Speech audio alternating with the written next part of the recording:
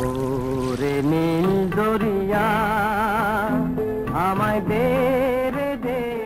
তখন দুপুর গড়িয়ে বিকাল হতে চলেছে। নদীতে জাল ফেলেছেন জেলেরা। জাল নিয়ন্ত্রণ করার পাশাপাশি নৌকা চালাচ্ছেন সুজন হাওয়ালদার। তিনি দলনেতা।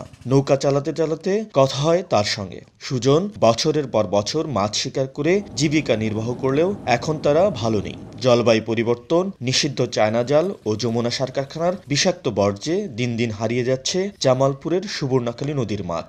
এই সেই ঐতিহ্যবাহী সুবর্ণখালী নদী। এই নদীতেই স্থানীয় জেলেরা বছরের পর বছর মাছ শিকার করে তাদের জীবিকা নির্বাহ করে থাকে।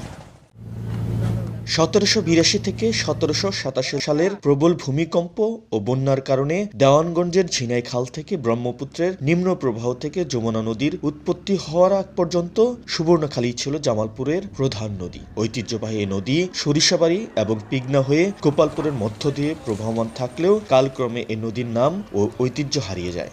একসময় এই নদীতে জাল ফেললেই মাছ পাওয়া যেত, তবে এখন আর আগের মতো মাছ পাওয়া যায় না। তাই আক্ষেপের যেন শেষ নেই জেলেদের। এই ড্রেনের মাধ্যমে যমুনা সার কারখানার দূষিত বর্জ্য প্রতিদিন সুবর্ণখালীতে প্রবাহিত হয়ে এই সুবর্ণখালীর জীববৈচিত্র্য এবং মাছের আবাসস্থল ধ্বংস করছে।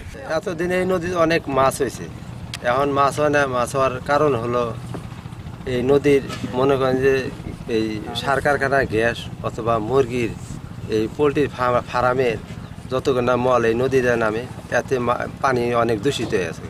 ওই 200 টাকার মাছ হয়, এতে 20 টাকা করে ভাগ হয়। এতে দেওয়া আমাদের মানে খুব পোলাপান নিয়ে চলা খুব কঠিন।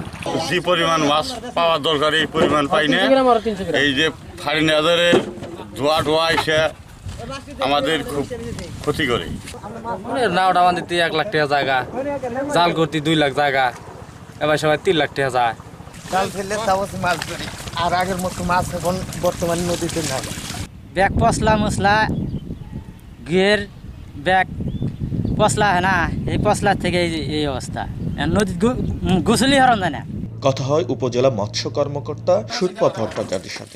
এখন তো আসলে নদীওয়ালা খাল বিলগুলো শুকিয়ে যাচ্ছে, আর নদীর যে নাব্যতা হারিয়ে মাছের যে আবাসস্থলের জন্য তো যে পরিবেশটা দরকার, এখন দেখা যাচ্ছে যে বিভিন্ন ইন্ডাস্ট্রি বিভিন্ন কেমিক্যালস গুলা নদীতে অনেক সময় পড়ছে, মানে যেগুলা মাছের আবাস জন্য দরকার, মাছের প্রাকৃতিক যে খাদ্যটার জন্য দরকার, সেগুলো তো একটু শর্টেজ হচ্ছে। কারণ এখন তো আমাদের জনসংখ্যা বাড়ছে, তো সেই কারণে নদীর মধ্যে পানিরও কিছুটা ঘটে যাচ্ছে, আর নদীর নাব্যতাও কমছে, মাছের খাদ্য একটু ঘাটতি আছে।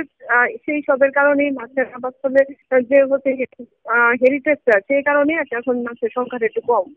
সমন্বিত উদ্যোগের মাধ্যমে বেঁচে থাকুক এই নদী, বেঁচে থাকুক এই জেলেরা। নাসিমউদ্দিন, জাগো নিউজ 24, জামালপুর।